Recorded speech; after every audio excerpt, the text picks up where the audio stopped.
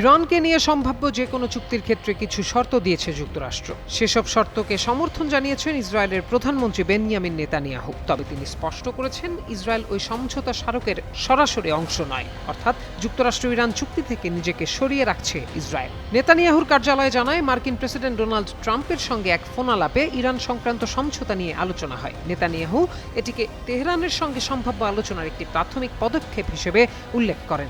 ইসরায়েলের দাবি, ট্রাম্প আশ্বাস দিয়েছেন চূড়ান্ত কোনো চুক্তি হলে তাতে ইরানের সমৃদ্ধ ইউরেনিয়াম অপসারণ, ইউরেনিয়াম সমৃদ্ধকরণ অবকাঠামো ভেঙে ফেলা, ক্ষেপণাস্ত্র উৎপাদনের সীমাবদ্ধতা এবং মধ্যপ্রাচ্যে মিত্র সশস্ত্র গোষ্ঠীগুলোর প্রতি ইরানের সমর্থন বন্ধের বিষয়গুলো অন্তর্ভুক্ত থাকবে। ইসরায়েল এই শর্তগুলোর সমর্থনে থাকলেও নিজেরা চুক্তির অংশ হচ্ছে না।